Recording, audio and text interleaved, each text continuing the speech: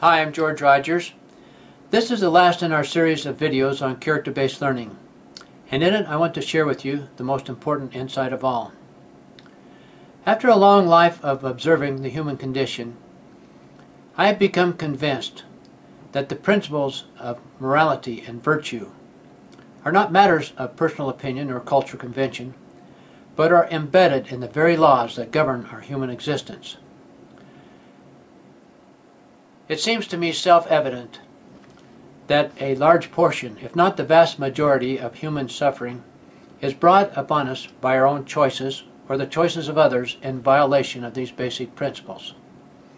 And therefore, since our happiness and well-being is dependent upon our obedience to these laws, it seems to me essential that we understand the answer to insight question number 10. This is our last video in the series on how to find and select homeschool curriculum that's best for you and your child. In this video I want to share with you my answer to the question, what essential virtues do children need to learn and why? During World War II, the annual report to the Board of Overseers of Harvard University on January 11, 1943 stated that the primary concern of American education today is to elevate in the largest possible number of our future citizens an appreciation of both the responsibilities and the benefits which come to them because they are Americans and are free.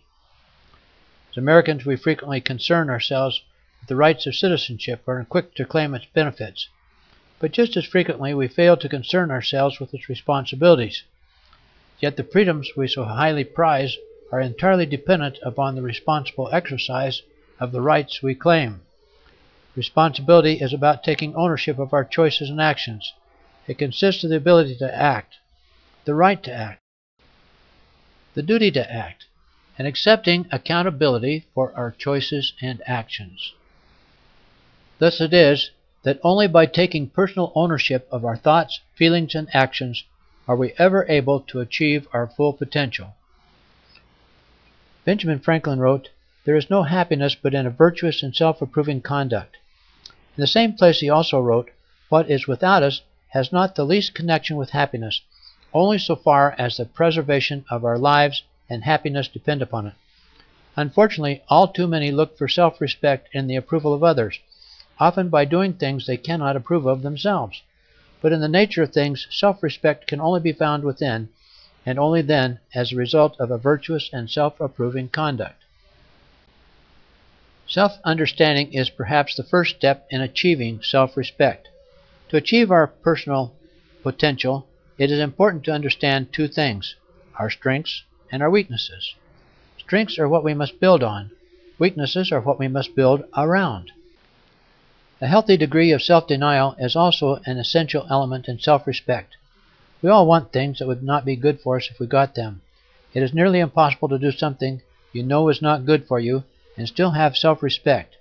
Indulging in harmful activities and substances creates feelings of weakness and guilt, while denying ourselves these things creates feelings of strength and of freedom. Another important source of self-respect is self-reliance, the ability to rely on oneself. Self-reliance requires the exercise of initiative and industriousness. It also requires a large measure of independence. Finally is the principle of selflessness. It has been said the best way to find yourself is in the service of others. This is because there's more of you to find. Few things can build self-respect better or faster than doing good to others. How important it is for young people to learn these important principles of self-respect while early in their youth.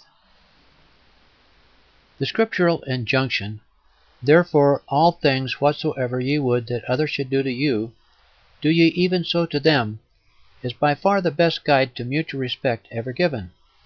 Known as the Golden Rule, it has been endorsed by philosophers of all ages. But for all its merit, the Golden Rule is not the general rule, and as the words of a song remind us, "Hate is strong and mocks the song of peace on earth, goodwill to men." Three important ways in which respect may be manifest are caring, fairness, and honoring. When we truly care for others, it is easy to treat them respectfully. While it is far easier to care for others when we feel they care for us, becoming a caring person is something we can choose to do independently of what anyone else does. Fairness is a commitment to play by the rules, to treat others impartially, and to be just in our relationships with others.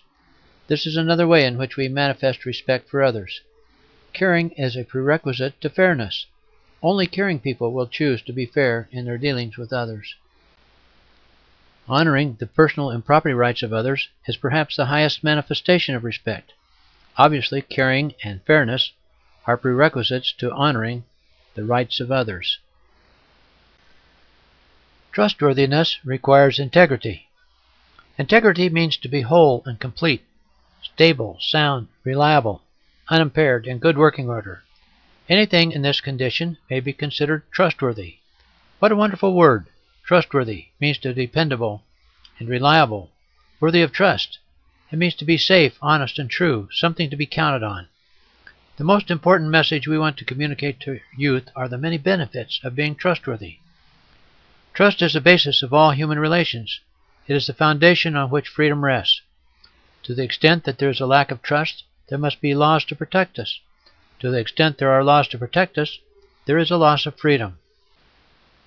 While we may not always be able to know who else we can trust, it is essential to always be able to trust ourselves and to know that we will never willingly violate the trust of others. This is the last video in our series. If you have found this video helpful and would like to receive other videos in the series on how to select a homeschool curriculum that's right for you and your child, go to www.homeschoolcurriculumfaq.com. That's homeschoolcurriculumfaq.com. Thanks for joining in, and best wishes in your homeschooling venture.